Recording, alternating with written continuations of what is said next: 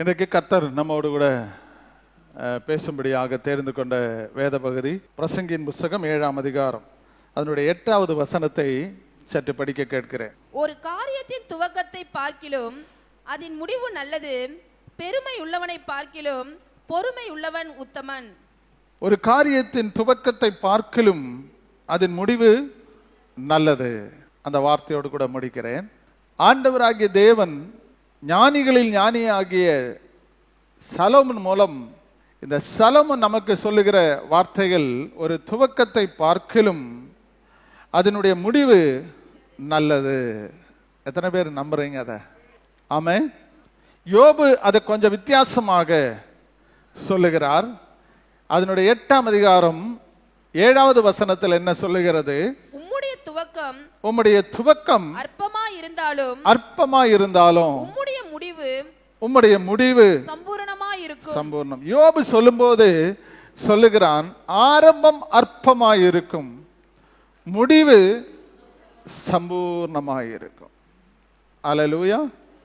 இந்த கால வேளையில நான் சொல்ல போகிற தேவனுடைய வார்த்தை, ஆரம்பம் எப்போதும் நமக்கு அற்பமாய் எண்ணப்படுவார்கள், ஆனால் முடிவு சம்பூர்ணமாய் கர்த்தர் மாற்றுவார்.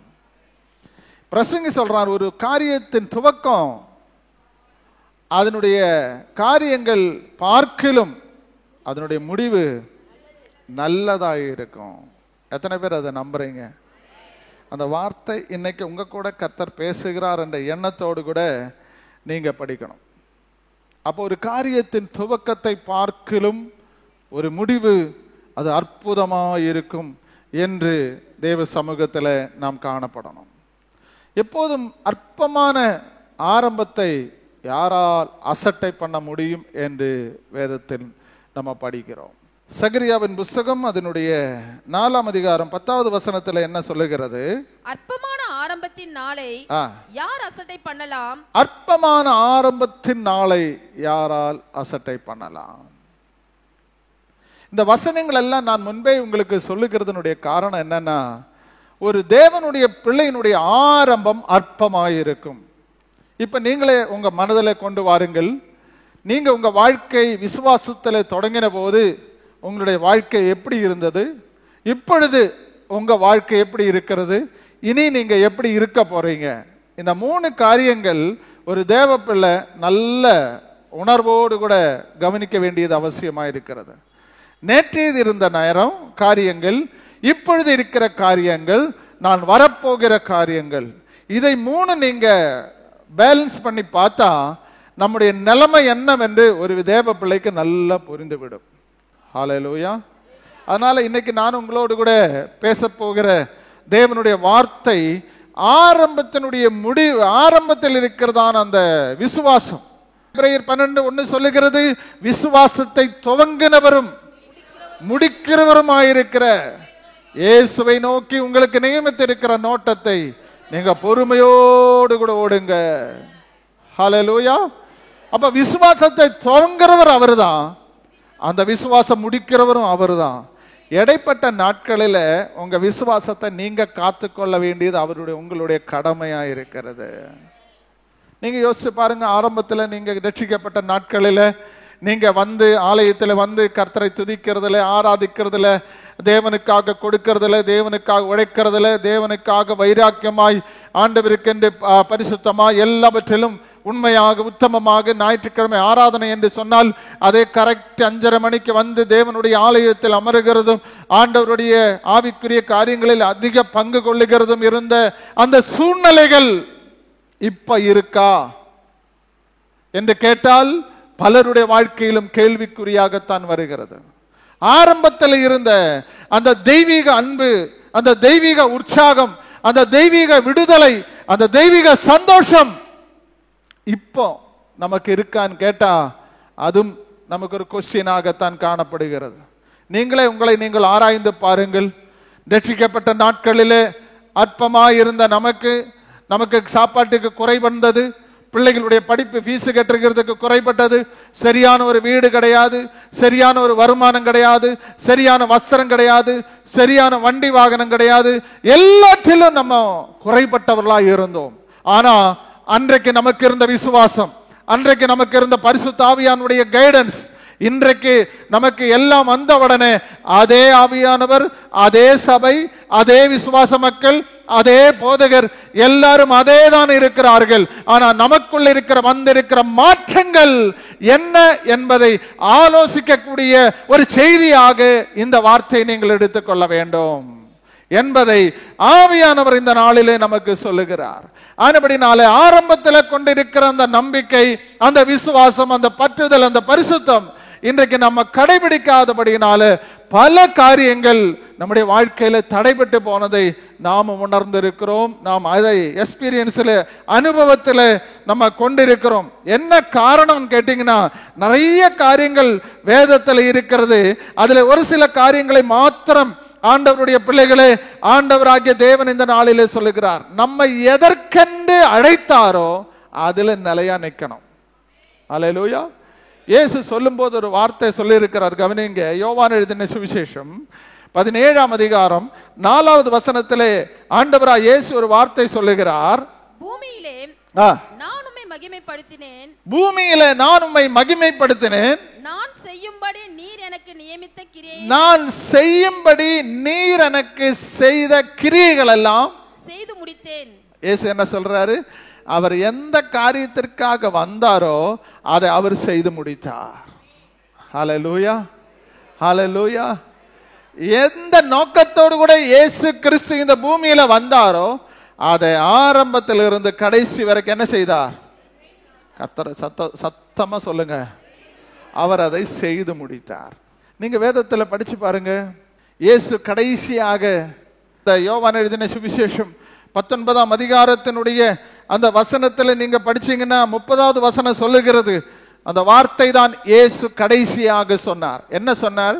இயேசு காடியை வாங்கின பின்பு முடிந்தது என்று சொல்லி தலை சாய்த்து ஆவியை ஒப்புக் கொடுத்தார். அப்ப நமக்கு செய்ய வேண்டியதெல்லாம் கர்த்தர் செய்து முடித்தார். ஒரு தேவ பிள்ளை அறிந்து கொள்ளணும், அவர் எதற்காக வந்தார், என்ன செய்தார், எதை செய்து முடித்தார். இதெல்லாம் பர்ஃபெக்டாக இயேசு ஆண்டவர் நமக்கு செய்து முடித்தார். அதன் பிறகு ஒரு வார்த்தை இயேசு சொல்லல. கடைசி இயேசு சிலுவையில் இருந்து ஜீவனை விடுகிறது முன்பாக எல்லாவற்றையும் நான் செய்து முடித்தேன் என்று வைராக்கியமாய் சொல்ல வேண்டும் என்று சொன்னார். ஆண்டவராகிய தேவன் இந்த கால வேளையில் உங்களை பார்த்து சொல்றார், நீங்க எதற்காக அழைக்கப்பட்டீர்களோ அதை கடைசி வரைக்கும் செய்து முடிக்கிற ஒரு தேவ பிள்ளையாய் நீங்க மாறும் போதுதான் உங்களுக்குள்ளே அந்த மகிமை வெளிப்படும். இல்லைன்னா சாதாரணமானவர்கள் தான்.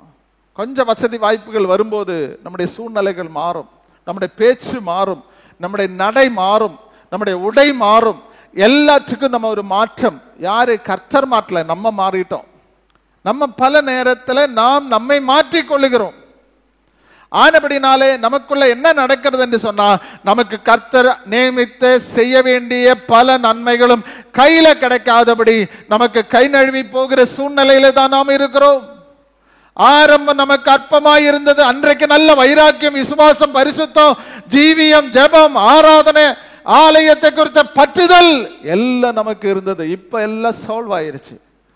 பிள்ளைகளை கல்யாணம் பண்ணி விட்டோம், வீடு கிடைச்சது, கடன் தீர்த்துட்டோம், எல்லாம் நார்மல் லைஃப்ல வந்துட்டோம். இனி நம்ம பேலன்ஸ் பண்ணலாம், நம்மால கண்ட்ரோல் பண்ண முடியும்.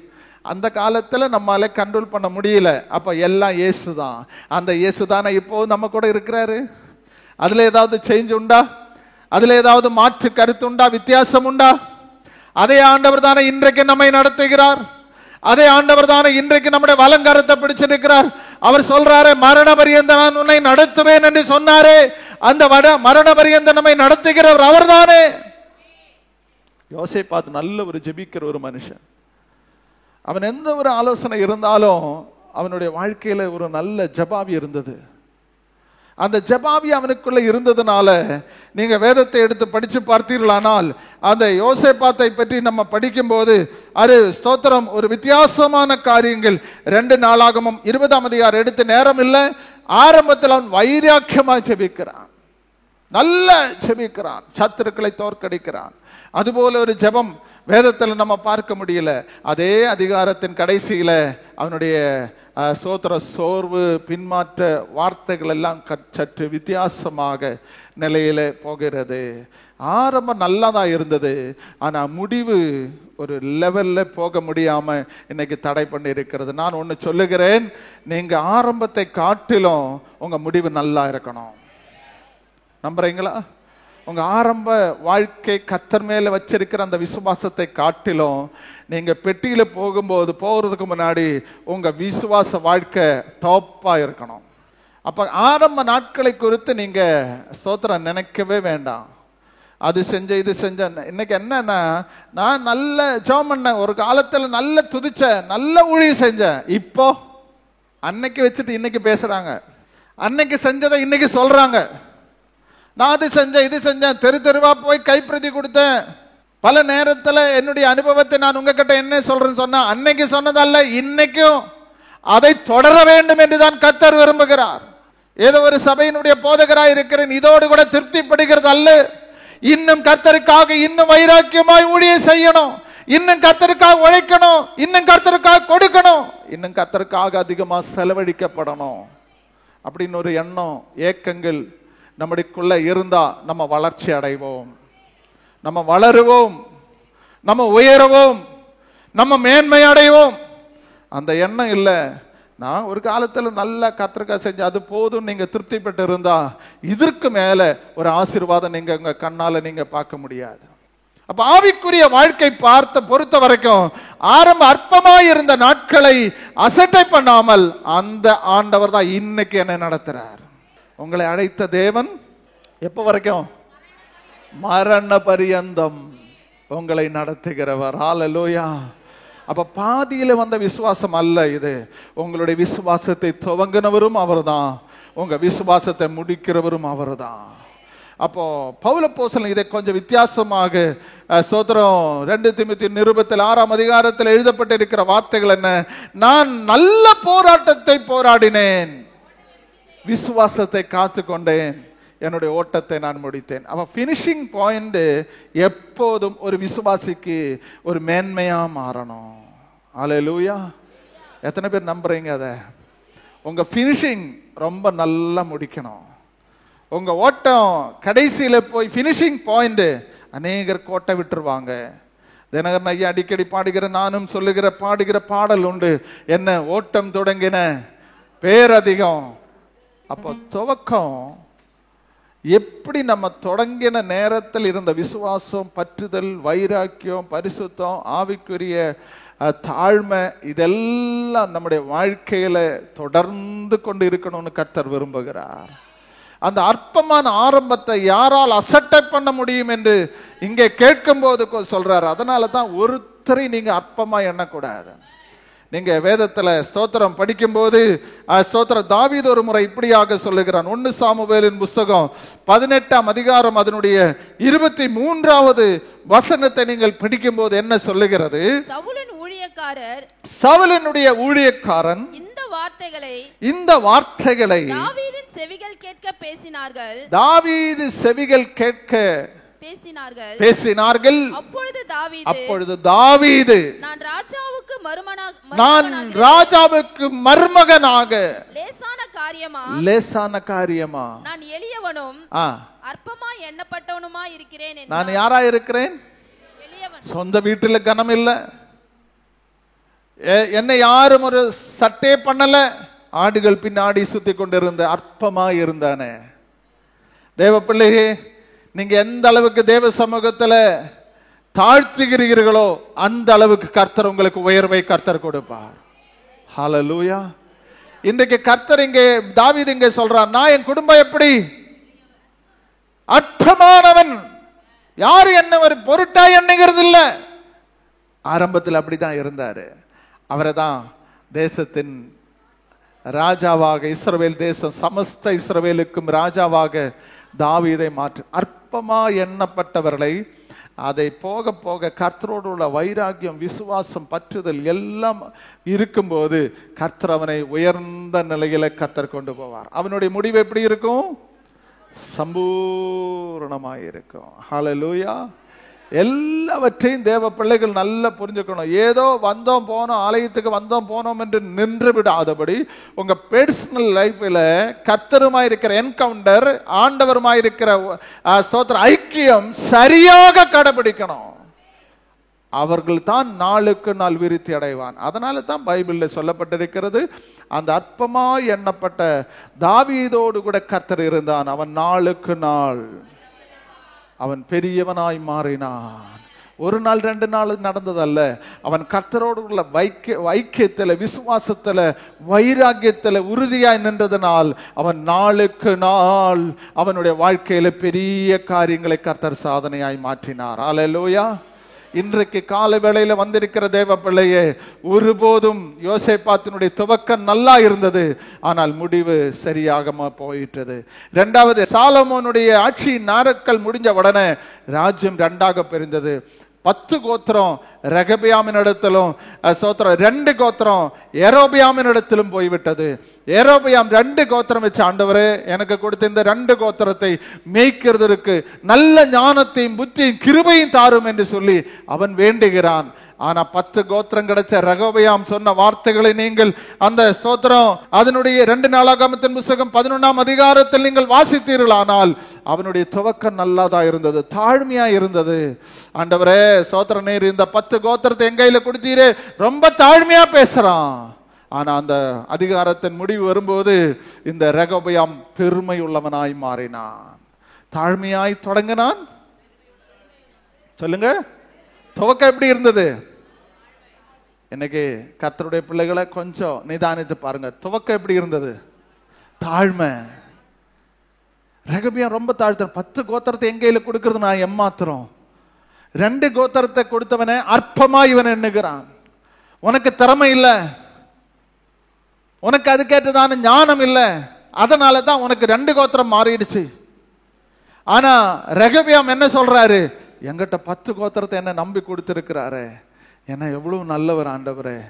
இந்த கோத்திரம் கையில அவன் வாங்கி அவன் ஆட்சி செய்யும் போது ராஜ்யம் 2ஆக பிரிந்த உடனே ரெகொபெயாமுங்க கொடுத்த 10 கோத்திரங்களும் சின்ன பின்னமாக்கப்பட்டது. ஹல்லேலூயா. காரணம், தாழ்மையில தொடங்கின அவன் முடிவு பெருமையில முடிச்சான். ஆரம்பம் தாழ்மையா இருந்தது, முடிவு தலக்கணம் வந்துருச்சு, பெருமை வந்துருச்சு. காசு பார்க்காதவங்க காசு பார்த்துருச்சுன்னா ஏதோ ஒரு உலகமே அவன் கையில வந்தது மாதிரி தெரியும். தேவ பிள்ளையே, இந்த உலகத்துல உங்களை எவ்வளவு ஆசீர்வாதமா வச்சாலும் ஒருபோதும் அந்த பெருமை என்ற வலையில நீங்க விழக்கூடாது. உங்க ஆரம்பம் எவ்வளவு எளிமையா தாழ்மையாய் நடந்தீர்களோ ஆண்டவருடைய முடிவு வரையும், உங்களுக்கு கொடுக்கிற ஆயுசு நாட்கள் முடிக்கிற வரைக்கும் அதே தாழ்மை ஃபாலோ பண்ணணும். பைசா இருக்கும்போது ஒரு நிலைமையும் பைசா இல்லாத போது ஒரு நிலைமையும் அல்ல நம்ம வாழ்க்கை. ஒருபோது நம்முடைய பொருளாதாரம் நம்மை பேலன்ஸ் பண்ணக்கூடாது. ஆவிக்குரிய வாழ்க்கையை அதை நீங்கள் ஒப்பிட்டு பார்க்கவே கூடாது. ஒரு தேவ பிள்ளை எப்போதும் பொருளாதாரத்தை வச்சுதான் ஆண்டவர் என்னோடு கூட இருக்கிற நினைக்கவே கூடாது. இன்னைக்கு வந்த பொருளாதாரம் நாளைக்கு காணாம போயிரும், இன்னைக்கு வந்த ஆசீர்வாதம் நாளைக்கு இல்லாம போயிரும். ஆனா உனக்கும் கர்த்தருக்கும் இருக்கிற ஐக்கியம் எந்த அளவுக்கு இருக்கிறது என்பதை தான் கர்த்தர் இந்த கால வேளையில பார்க்கிறார். ஆண்டவர் என்ன அற்புதம் நடத்தினார் பாஸ்டர், ரொம்ப நல்லதுதான், எனக்கு நல்ல வீடு கொடுத்தார், ஓகே, காரு கொடுத்தார், ஓகே, நல்ல வசதி வாய்ப்புகள், நல்ல வருமானம் கொடுத்தார், எல்லாம் ஓகே. ஆனா ஒண்ணு மேல நான் நம்பிக்கை வைக்கல, கர்த்தர் மேல நம்பிக்கை வைக்கிறேன். அதான் ஒரு தாழ்மை உள்ள விசுவாசி. எத்தனை லட்சம் ரூபாய் நீங்க மாசம் கையில வாங்கினாலும் சொல்லணும், இது ஒண்ணும் ஒரு பெரிய விஷயம் கிடையாது, என்னை நடத்துகிற கர்த்தர் தான் எனக்கு முக்கியம் என்று சொல்லக்கூடிய வாஞ்சை உங்களுக்கு இருந்தால் உங்க முடிவு சம்பூர்ணமாயிருக்கும், உங்க முடிவு அற்புதமாயிருக்கும், ஆச்சரியமாயிருக்கும். இப்படி ஒரு பரிசுத்தவான் இங்கே இருந்தான், இப்படி ஒரு ஆவிக்குரிய பிள்ளை இந்த வீட்டிலே, ஒரு நல்ல ஆவிக்குரிய பிள்ளை. அவன் ஜெபிக்கிறதுல நல்ல வைராக்கியம் உள்ளவன், கர்த்தருக்காக உழைக்கிறதுல சபையிலே நல்ல விசுவாசத்தோடு கூட இருந்தான். தேவ பிள்ளையே, அந்த பேச்சு தான் உங்க முடிவின் நாட்களில மற்றவர்கள் உங்களை பார்த்து சொல்லணும். ஏதோ ஓட்டின போற வரைக்கும் போகட்டும், பார்த்துக்கலாம் அப்புறம். நோ, நெவர், ஒருபோதும் அப்படி அல்ல. உங்க விசுவாசத்தை துவங்கினவர் அப்படியே அவரை தான் உங்க விசுவாசத்தை முடிக்கணும். நீ அவன் விசுவாசத்தை முடிக்க கூடாது. ஹல்லேலூயா. ரெண்டு காரியங்க ரொம்ப கவனமா இருக்கணும். உனக்கு ஆயுசு கொடுத்தது அவர் தான், ஆயுசு அவர் தான் எடுக்கணும், நீயா எடுக்க முடியாது. உனக்கு விசுவாசத்தை கொடுத்தவரும் அவர் தான், அவர் தான் அந்த விசுவாசத்தை முடிக்கணும். இதுக்கு இடையில நம்ம பண்ற சேஷ்டைகள், நம்ம பண்ணுகிற காமெடிகள் எல்லாம் நம்ம பார்த்தா கர்த்தர் வானத்துல ஆண்டவர் பார்த்து நகைக்கிறார் என்று சொல்லப்பட்டிருக்கிறது. மனுஷனை பார்த்து கர்த்தர் நகைக்கிறார், சிரிக்கிறாரு. என்ன காரணம்? நான் கர்த்தர் அவனை எப்படி நான் நடத்தினேன், எப்படி நான் அவனை உண்டு பண்ணினேன், எப்படி நான் அவனை ஆதரிச்சேன், எப்படி நான் அவனுக்கு கை கொடுத்து அவன் கஷ்டப்படுற நேரத்தில், துக்கப்படுகிற நேரத்தில், வியாதியை கடந்த நேரத்தில் எந்த அளவு நான் அவனோடு கூட இருந்தேன். இப்ப பண்ற சேஷ்டை பாருங்க அப்படின்னு கர்த்தர் நகைக்கக்கூடிய அளவில் ஒருபோதும் கர்த்தருடைய பிள்ளைகள் நடந்திருக்கவே கூடாது. அப்ப தேவ பிள்ளைகளை, இன்றைக்கு கர்த்தர் நம்மை பார்த்து என்ன சொல்லுகிறார்? என்னுடைய வாழ்க்கையில கர்த்தருக்காக வைராக்கியமாய் நிற்க நிற்க நம்முடைய வாழ்க்கை. இன்னொரு விஷயம் என்னன்னா, நம்ம கொஞ்சம் வளர்ந்துட்டோம்னா மற்றவங்களை அற்பமா எண்ணுவாங்க. எப்படி மற்றவங்கள? பைபிள் சொல்லுது, மத்தேயு எழுதின சுவிசேஷம் 8:26 வாசிங்க. 8:26. அதற்கு அவர், அற்ப விசுவாசிகளே, ஏன் பயப்படுகிறீர்கள் என்று சொல்லி எழுந்து காற்றையும் கடலையும் அதட்டினார். அற்ப விசுவாசம். விசுவாசம் என்ன இல்ல, பூர்ணமாய் பார்க்கல. பேதுருவை பார்த்து சொன்ன அற்ப விசுவாசியே, சீஷர்களை பார்த்து சொன்ன அற்ப விசுவாசியே. அதனால தான் ஒரு இடத்துல இயேசுவை பார்த்து சீஷர் சொன்ன, ஆண்டவரே எங்க விசுவாசத்தை கொஞ்சம் வர்த்திக்க பண்ண. எங்களுக்கு விசுவாசம் என்ன ஆகுது? எத்தனை பேர் நம்புறீங்க? உண்மையா சொல்றீங்க, எங்க விசுவாசம் குறையுது ஐயா, கூட முடியல அப்படின்னு எத்தனை பேர் சொல்றீங்க? யாரும் சொல்ல மாட்டீங்க, வாய் திறந்து. சொன்னா யாரோ பார்க்க போறாங்க. என் விசுவாசம் நான் தொடங்கின நாள் முதற்கொண்டு இன்றைக்கு வரைக்கும் அதை நான் காத்து கொள்ளுகிறேன். அதை என்னால் இன்னும் கடைபிடிக்க முடியல அப்படின்னு ரெண்டு நிலைமையில் உள்ள தேவ பிள்ளைகள் இங்கே உட்கார்ந்து கொண்டு இருக்கிறீர்கள். ஆமென்.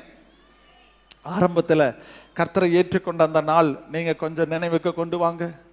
அற்பமான இருந்தது, ரொம்ப கஷ்டம். மற்றவரிடத்துல போய் சொல்லக்கூடிய அளவில் நம்முடைய வாழ்க்கை ஒண்ணுமே இல்லை. எம்டினஸ், குறைபட்டு இருந்தது. அந்த குறைவை நிறைவாக்குறதுக்கு நம்ம யாரிடத்திலும் போய் சொல்லலை, கேட்கல, பேசல, வாங்கல. ஆனா ஆண்டவரே நீ நடத்தும் சொல்லிட்டு இருக்கிறீங்க. அந்த நடத்துதல் இன்னைக்கு உங்களுக்கு ஃபீல் பண்றீங்களா? இன்னைக்கு நினைக்கிறீங்களா? ஆண்டவருடைய பிள்ளைகளை மற்றவர்களை அற்பமாய் எண்ணுகிற ஒரு அனுபவம் ஒருபோதும் ஒரு தேவ பிள்ளைகளுக்கு அது இருக்கவே கூடாது. ஹல்லேலூயா. எஸ்தேரின் புத்தகம் அதனுடைய 3ஆம் அதிகாரம் 1ஆம் அதிகாரம் அதனுடைய 17வது வசனத்தில் நீங்கள் வாசித்தீர்களானால் அங்கு ஒரு வார்த்தை இருக்கிறது. ராஜா விருந்து கொடுக்கிறார், வஸ்தியை கொஞ்சம் கூப்பிடுகிறார்.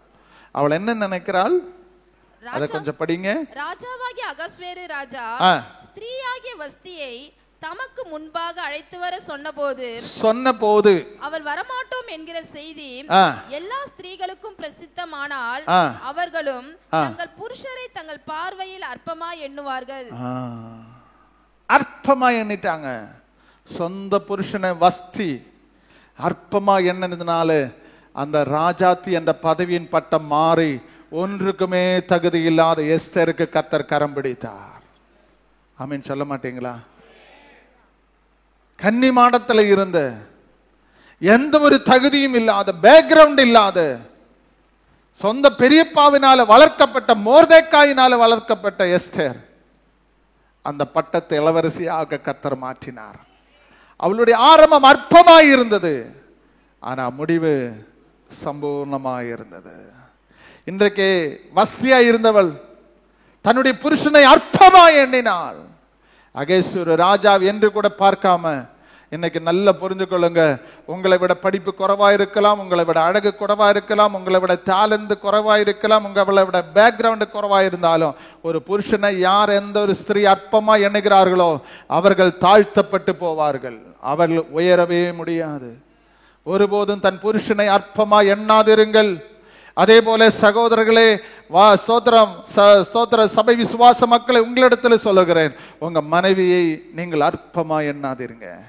நீங்க கல்யாணம் பண்ணும்போது நல்ல அழகு இருந்தது, நல்ல முடி இருந்தது, நல்ல உடம்பு இருந்தது, எல்லாம் இருந்தது. இப்ப நாட்கள் போக போக போக நீ என்ன கிளவி மாதிரி இருக்கிறேன்னு உங்களுக்கு மனசுல தோன்றினாலும் அந்த எண்ணங்களை எடுத்து போட்டு உங்க மனைவி என்னைக்கும் உங்களை விட அந்த ஸ்தோத்திரம் அழகை அன்றைக்கு முதல் ஸ்தோத்திரம் கல்யாணம் பண்ணின போது எப்படி நீங்க அவங்களை பார்த்தீங்களோ அதே சிந்தனையோடு கூட பார்க்கக்கூடிய கிருபை உங்களுக்கு இருந்தால் அதுதான் முடிவு சம்பூர்ணமாய் கொண்டு போகும். எத்தனை பேருடைய குடும்ப வாழ்க்கை இன்னைக்கு சின்ன பின்னமாய் போய் கொண்டிருக்கிறது. எத்தனை பேருடைய குடும்பங்கள் இன்னைக்கு ஸ்தோத்திரம் வித்தியாசமான நிலையில போய் கொண்டிருக்கிறது. கணவன் மனைவிக்குள்ள சம்பந்தம், அவர்களுக்குள்ள பேச்சுவார்த்தைகள், அவர்களுக்குள்ள கனெக்ஷன் சரியா இல்லவே இல்லை. பார்க்கறதுக்கு பாஸ்டர் பார்க்கறதுக்கு விசுவாசிகள் பார்க்கறதுக்கு எல்லாம் ஒன்னாதான் வர்றாங்க போறாங்க. ஆனா ரெண்டு மனம் ஒத்து போறது இல்ல, ரெண்டு மனசும் ஒன்னா இணைய முடிகிறது இல்ல. ஆண்டவராகிய தேவன் இந்த காலை வேளையில சொல்றார், ஆரம்பத்தில் இருந்த அந்த விசுவாசம், ஆரம்பத்தில் இருந்த அந்த அன்பு, ஆரம்பத்தில் இருந்த அந்த ஐக்கியம் இன்றைக்கு எங்க இருக்கிறது? முடிவு சம்பூர்ணமாய் இருக்கணும், முடிவு சம்பூர்ணமாய் இருக்கணும். அதனால தான் ஆண்டவருடைய சமூகத்தில் வந்திருக்கிற விசுவாசிகளே ஆண்டவர் சொல்றாரு பாருங்க, அந்த எலியாவினுடைய முடிவு எப்படி இருந்தது என்று வேதம் சொல்லுகிறது. எலியாவினுடைய வாழ்க்கையில நீங்க படிச்சீங்கன்னா 2 ராஜாக்களின் புஸ்தகம் 2ஆம் அதிகாரம் 11-12 வசனங்களில எலியா தன்னுடைய ஊழியத்தை திஸ்பியனான நாடோடியாயிருந்த எலியா, அவனுடைய துவக்கம் நாடோடி மன்னன். அவனுடைய வாழ்க்கையில தகாயும் இல்லை, தகப்பனும் இல்லை, எந்த பேக்ரவுண்டு இல்லை. திஸ்பியன் சொன்னா நாடோடிகள். அப்படிப்பட்ட கோத்திரத்திலிருந்து வந்த எலியா 2ஆம் அதிகாரம் 11வது வசனத்திலே அவனுடைய ஓட்டத்தை அவர் முடிக்கிறாரு. என்ன சொல்றாரு அவரு? எலிசா அவர்கள் பேசிக்கொண்டு நடந்து போகையில் இதோ அக்கினி ரதமும் அக்கினி குதிரைகளும் அக்கினி குதிரை அவர்கள் நடுவாக வந்து இருவரையும் பிரித்தது. எலியா சுழல் காற்றிலே பரலோகத்துக்கு ஏறி போனான். அப்ப எலியாவினுடைய முடிவு எப்படி இருக்கு? ஆரம்ப அற்பமா இருந்தது, இப்ப அவனை என்ன கொண்டு போறாரு? அக்கினி ரதம். முடிவு எந்த கல்லறை தோண்ட ஆள் இல்ல அங்க, அந்த அவரை கல்லறை வைக்கிறது கூட ஆள் இல்ல, சொந்த பந்தம் வந்து அழுகிறதுக்கு இல்ல. மகனே உன்னுடைய முடிவு நானே பார்த்துக்கிறேன்னு ஒரு ரதத்தை கர்த்தர் அனுப்பினாரு. அதுல ஏறி உட்கார்ந்து சுழல் காற்று வந்துருச்சு, தூக்கி மேல கொண்டு போனார். உடனே அவரு கூட நின்று இதெல்லாம் பார்த்து கொண்டிருந்த எலிசா என்ன சொன்னார்? அடுத்த வசனம், அதை எலிசா பார்த்து, என் தகப்பனே இஸ்ரவேலுக்கு ரதமும் குதிரை வீரருமாயிருந்தவரே என்று புலம்பி தன் வஸ்திரத்தை அவன் கிழிக்கிறான். எனக்கு அன்பார்ந்த தேவ பிள்ளையே, எலியா போனது, இவனுக்கு இருட்டிப்பான அந்த சால்வையும் கையில கொடுத்தது, இதெல்லாம் அவனுக்கு பெருசா தோன்றல. அவனை பற்றி சாட்சி என்ன சொல்றான்? இஸ்ரவேலுக்கு நீங்க இந்த உலகத்தை விட்டு போகும்போது சபை ஒரு சாட்சி சொல்லணும். இந்த பிரதரை போல ஒரு நல்ல பிரதரை சபையில இருந்தது இல்லை, இந்த சிஸ்டரை போல ஒரு நல்ல சிஸ்டர் ஒரு இந்த வாழ்க்கையில நான் பார்த்ததில்லை என்று ஒரு சாட்சியோடு கூட உங்க வாழ்க்கை முடித்தால் அது ஒரு விலையேற பெற்ற சாட்சியாயிருக்கும். ஹல்லேலூயா, ஹல்லேலூயா, ஹல்லேலூயா. அதே போல ஒரு எடுத்துக்காட்டு தான் உங்க வாழ்க்கையில் அமையணும். உங்க வாழ்க்கை முடியும் போது இஸ்ரவேலுக்கு ரதமும் குதிரை வீரருமா இருந்தவரை என்று தன்னுடைய வாழ்க்கை பார்த்து புலம்பி அவன் அழுதான். அந்த அளவுக்கு எலியாவினுடைய ஆவி எலிசாவின் மேல் இருந்தது. எலிசாவினுடைய முடிவை நான் சொல்ல விரும்புகிறேன். அதே நீங்கள் வசனத்தில் எலிசாவை பார்த்து அங்கே 2 ராஜாக்களின் புஸ்தகம் அந்த 13ஆம் அதிகாரம் 14வது வசனத்தை கொஞ்சம் கவனிங்க. 13ஆம் அதிகாரம் 14வது வசனம் அங்கே என்ன சொல்லுகிறது? அவன் நாட்களில் எலிசா மரணத்துக்கு ஏதுவான வியாதியாய் இருந்தான். அப்பொழுது இஸ்ரவேலின் ராஜாவாயிருக்கிற யோவாஸ் அவனிடத்திலே வந்து அவன் மேல் விழுந்து அழுது என் தகப்பனே என்ன சொல்றாரு? யோவாஸ் வந்துட்டு ராஜா வந்துட்டு இந்த எலிசாவினுடைய உடம்பு மேல விடுறார். ஒரு ராஜா இப்படிப்பட்டதான காரியம் செய்ததை நம்ம எங்கேயும் பார்க்க முடியாது. அவன் மேல வந்து விழுந்து அழுது அந்த ராஜா சொல்ற வார்த்தை கவனிங்க. என் தகப்பனே, என் தகப்பனே, என் தகப்பனே, இஸ்ரவேலுக்கு ரதமும் குதிரை வீரருமாய் இருந்தவரே. ராஜா தான் நான் தான் ரதமாகவும் குதிரையாகவும் பார்க்கணும்.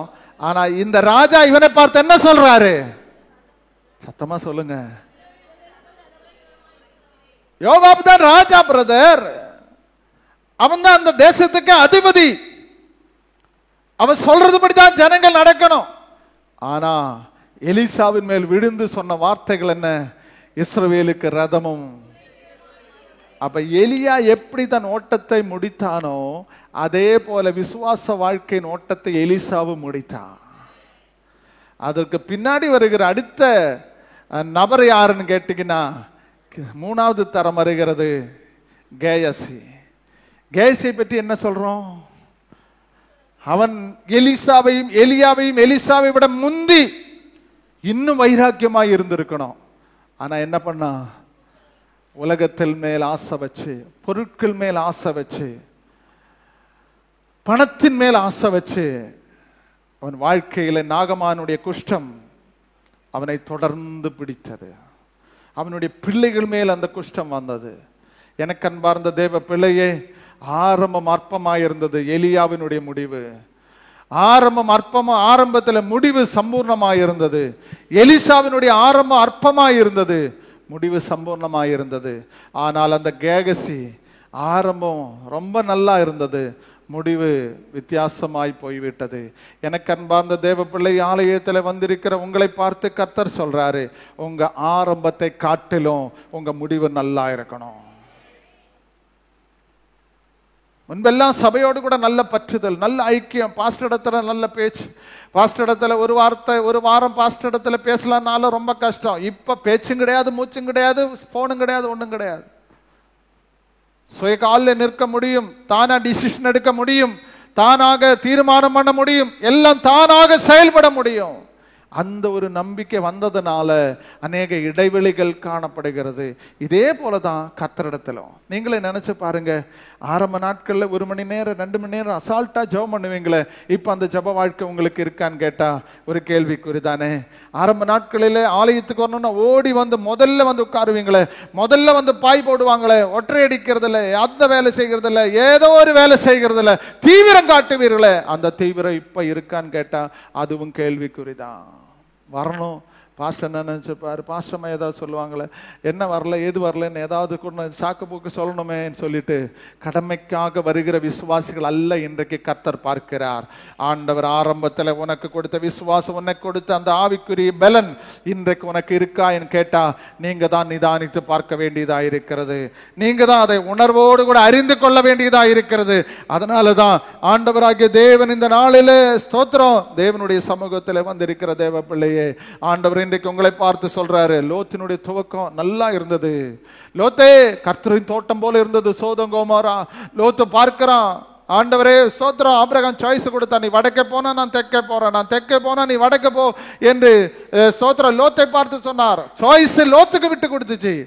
அவன் பார்த்தான், நல்ல பச்சை பச்சைன்னு இருக்கு, இது கர்த்தருடைய தோட்டம் போல இருக்கு. சோதோம் கோமோரா ரொம்ப அழகான தோட்டம், எனக்கு ஆடு மாடுகள் இருக்கு, ரொம்ப பச்சை பச்சைன்னு இருக்கிறதுனால புல்வெளிகள் நிறைந்த இடம், நம்முடைய ஆடு மாடுகள் எல்லாம் நல்ல மேய்க்க வேண்டிய இடம், அங்கே நல்ல ஸ்தோத்திரம் ஆசீர்வாதமான கிளைமேட், இங்கே ரொம்ப வனாந்தரம் சூடு நிறைய இருக்கு. பைபிள் சொல்லுகிறது, பகலில் ஸ்தோத்திரம் வெயிலின் உஷ்ண வேளையில தான் ஸ்தோத்திரம் அந்த மெம்ரையினுடைய சமவெளியில உட்கார்ந்து கொண்டிருக்கிறான். ஆனா கர்த்தரின் தோட்டத்தை போல இருந்ததான லோத்தினுடைய சோதோம் கோமோரா ரொம்ப ஊட்டி மாதிரி கிளைமேட், ஸ்தோத்திரம் சென்னை மாதிரி லோத்து ஸ்தோத்திரம் ஆபிரகாம் உட்கார்ந்து கொண்டிருக்கிறான். நல்ல உஷ்ண வேளையன் போட்டிருக்கு. ஆனா அங்க நல்ல தோட்டத்திலே அவன் உட்கார்ந்து இருக்கிறான். அவன் நினைச்சான், இந்த தோட்டம் என்னைக்கு நல்ல தோட்டமாகத்தான் இருக்கும், இந்த தோட்டம் கடைசி வரைக்கும் கை கொடுக்கும். நேரம் வந்து விட்டது, யோத்தே உன் மனைவி உன் பிள்ளைகளை மட்டும் கூட்டிட்டு போ, பின்னிட்டு திரும்பி பார்க்காதே. ஒரு சொத்து சுதந்திரம் நீ அனுபவிச்ச ஆசீர்வாதங்கள் ஒண்ணு நீ எடுக்க கூடாது. மொத்தத்தை நான் அக்கினியினால் கந்தகத்தினால் இந்த பூமியை இந்த இடத்தை நான் அழிக்க போகிறேன். நேரம் ஸ்தோத்திரம் ஜீவம் வேணும்னா நீ இந்த இடத்தை விட்டு போ என்று சொல்லுகிறான். ஆரம்பம் ஆசீர்வாதமாய் இருந்தது, முடிவு சாபமாய் இருந்தது. நடந்த சம்பவம் என்ன? தன்னுடைய சொந்த பிள்ளைகளினாலே அவன் கர்ப்பம் தரிக்கிறாள். அவங்களுக்கு 2 பிள்ளைகள் பிறக்கிறது. அவனுக்கு அம்மோனியரும் மோபாபியரும் என்று பெயரிட்டாங்க. கர்த்தர் அந்த 10 தலைமுறை வரைக்கும் அந்த மோபாபியரையும் அமோனியரையும் சபிக்கப்பட்டவர்கள் என்று கட்டார்கள். 10 தலைமுறை வரைக்கும் சாபம் நிறைந்த சந்ததி தான் அமோனியரும் மோபாவியரும். இதனுடைய அர்த்தம் என்ன? துவக்கம் நல்லா இருந்தது, ஆபிரகாமுக்குள்ள விசுவாசம், ஆபிரகாமினுடைய பார்வை, ஆபிரகாமினுடைய கூட இருந்ததனால் அதெல்லாம் இருந்தது. என்னைக்கு ஆபிரகாமை விட்டு அவன் பிரிந்தானோ அன்றைக்கு அவன் கர்த்தரையும் விட்டு பிரிந்தான். எனக்கு அன்பார்ந்த தேவ பிள்ளையே, நீ சபையில வர்ற வரைக்கும் உனக்கு ஆவிக்குரிய ஐக்கியம் கர்த்தரோடு கூட இருக்கும். நீ என்னைக்கு சபை விட்டு நிற்கிறாயோ அன்னைக்கு உனக்கும் கர்த்தருடைய ஐக்கியம் தொடர்ந்து துண்டுபட்டு போகும். அதை நீ மனதில் வச்சுக்கொள்ளுங்க, அதை மனதில் வச்சுக்கொள்ளுங்க. ஒரு ஞாயிற்றுக்கிழமை ஆலயத்தில் வரலன்னு என்ன நீ நினைப்ப? கர்த்தர் சொல்லுவார், மகனே நீ அப்படியே பண்ணிட்டு, நான் உனக்கு ஸ்தோத்திரம், உனக்கு நிற்கிறேன், நான் துணை நிற்கிறேன்னு நீ பேசிட்டே இரு. ஆனா கர்த்தர் அந்த வழியில கண்டுக்கவே மாட்டார், அந்த வழியே வரமாட்டார். ஸ்தோத்திரம். யோபு சொல்லும் போது சொல்றார், நான் போன பாதையில என் கர்த்தர் பின் தொடர்ந்து வந்தார். அப்படின்னு அர்த்தம், அவன் போன பாதையில கர்த்தருடைய சித்தம் இருந்தது, அவன் போன பாதையில அவனுக்கு தேவ வழி நடத்துதல் இருந்தது. அதனால தான் அவன் வழி பெசகவில்லை. என்ன செய்யவில்லை? சத்தமா சொல்லுங்க. எல்லாம் போச்சு, அப்புறம் என்ன பேசுக? இல்ல பிரதர், இந்த இரட்டிப்பான நன்மை நான் தேடிக்கொண்டு இருக்கிறேன். கர்த்தர் முன்னிலைமை பார்க்கலும் பின்னிலைமை. உங்க வாழ்க்கை அப்படி இருக்கணும், துவக்க அற்பமா இருக்கணும், முடிவு ரொம்ப பினிஷிங் நல்ல சூப்பரா இருக்கணும். எத்தனை பேர் நம்புறீங்க? நான் முடிக்க போகிறேன். கர்த்தருடைய பிள்ளைகளை, உங்க ஆவிக்குரிய விசுவாசத்தின் துவக்கத்தை பார்க்கலும் உங்க முடிவு நல்லா இருக்கணும். நல்ல பரிசுத்தமா கடைசியில நல்ல ஒரு தேவ பிள்ளை என்று சொல்லக்கூடிய அளவில் உங்க வாழ்க்கை நீங்க கண்ட்ரோல் பண்ணி நடத்துவீர்களானால் நீங்கள் இந்த பூமியை ஜெயித்தவர்கள். நான் உலகத்தை ஜெயித்தேன், ஆனபடினால் நீங்களும் இந்த உலகத்தை ஜெயிப்பீர்கள். இந்த கால வேளையிலே அற்பமாய் எண்ணப்பட்ட உனக்கு, அற்பமாய் உலகத்தாலே தள்ளப்பட்ட உனக்கு ஒரு நீடிய விடுதலையோடு கூட ஆண்டவர் உனக்கு கொடுக்கப்பட்டிருக்கிற ஆயுசு நாட்கள் விசுவாசத்தோடு கூட ஓடி உன்னுடைய ஓட்டம் பினிஷிங் நிலையில வந்து சேரணும்னு கர்த்தர் விரும்புகிறார். பவுல் சொல்லும் போது சொல்றாரு, என்ன சொல்றாரு? பிலிப்பியர் எழுதின நிருபத்தை பாருங்க. பிலிப்பியர் எழுதின நிருபம் 3ஆம் அதிகாரம் 14வது வசனத்துல ஒரு வார்த்தை இப்படியாய் போட்டிருக்கு பாருங்க. கிறிஸ்து இயேசுவுக்குள் தேவன் அழைத்த பரம அழைப்பின் பந்தய பொருளுக்காய் நான் லெக்கை நோக்கி என்ன செய்கிறேன்? எத்தனை பேர் சொல்றீங்க? ஆண்டவர் என்ன வழி காட்டுறாரோ அதை நான் தொடர்ந்து கொண்டிருக்கிறேன். நானா வழி தேடல, நானா வழி பார்த்துட்டு போகல, இந்த வழி நல்லா இருக்கல, இந்த வழி நல்லா இருக்க, நானா ஒரு வழி தேடல. கர்த்தர் காட்டின வழியில நான் நடந்து கொண்டிருக்கிறேன். சொல்லுங்க, கர்த்தர் காட்டின வழியை நடக்க நான் ஆயத்தமாயிருக்கிறேன். வாய் திறந்து சொல்லணும். உங்க வழியை நீங்க தேடாதீங்க, கர்த்தர் காட்டுகிற வழியை போங்க. அதுதான் சம்பூர்ணமாயிருக்கும். அந்த முடிவு தான் நல்லா இருக்கும் பிரதர், அந்த முடிவு தான் நல்லா இருக்கும் சிஸ்டர். நீங்க போன பாதையில நீங்க போனா டேஞ்சர்ல முடியும். ஆனா கர்த்தர் காட்டுகிற வழியில நீங்க போக ஆரம்பிச்சா அதனுடைய முடிவு சம்பூர்ணமாயிருக்கும், அதனுடைய முடிவு நல்லா இருக்கும். அதனால தான் பவுல் அப்போஸ்தலன் சொல்றார், நான் பின்னானவைகளை மறந்து முன்னானவைகளை நாடி எனக்கு முன் நியமித்திருக்கிற ஓட்டத்தின் லெக்கை நோக்கி நான் தொடர்ந்து கொண்டிருக்கிறேன். கண்டினியூ ப்ரோசஸ் சொல்றாரு. என்னுடைய விசுவாச ஓட்டத்தை நான் தொடர்ந்து கொண்டிருக்கிறேன். எத்தனை பேர் சொல்லுவங்க? கடைசியில சொன்ன, என் ஓட்டத்தை நான் முடிப்பேன், விசுவாசத்தை நான் காத்துக்கொள்வேன், என்னுடைய ஜெப வாழ்க்கை நான் உறுதியாய் இருப்பேன். உலக கவலைகள், உலக சிற்றின்பங்கள், உலகத்தினுடைய ஆசாபாசங்கள் எல்லாம் நம்மை நெருங்கி வரும்போது எல்லாவற்றையும் உதறி தள்ளணும். என்ன செய்யணும்? எல்லாம் நம்மளை நெருக்கும். பலரும் பலவிதமா சொல்லுவாங்க, உனக்கு தான் பணம் இருக்கு, உனக்கு தான் வசதி இருக்கு, அது செய்யலாம் இது செய்யலாம். அதல்ல, தேவன் காட்டுகிற வழின்னு ஒண்ணு இருக்கு, தேவன் சொல்லுகிற பாதைன்னு ஒண்ணு இருக்கு. அந்த பாதை தான் உங்களை மகிமையிலே சேர்த்துக் கொள்ளும். ஹல்லேலூயா. அப்போ ஆரம்பத்தை காட்டிலும் உங்க முடிவு நல்லதா மாறணும். எத்தனை பேர் சொல்றீங்க? ஒரு நிமிடம் எல்லாரும் எழுந்து நில்லுங்க. அவங்க ஸ்தோத்திரம் முடிவு நிலைச்சு நிக்கணும். மத்தேயு 10:22 சொல்லுது, முடிவு பரியந்தம் நிலைத்திருக்கிறவனே. ஒரு ரட்சிப்பு பூர்ணப்படுகிறது முடிவு பரியந்தம். அறகுறைய வாழ்க்கை வாழாதீங்க பிரதர் சிஸ்டர். கர்த்தருக்குள்ள வைராக்கியமா வாழுங்க. நல்ல ஜெபவினால நிரப்பப்படுங்க.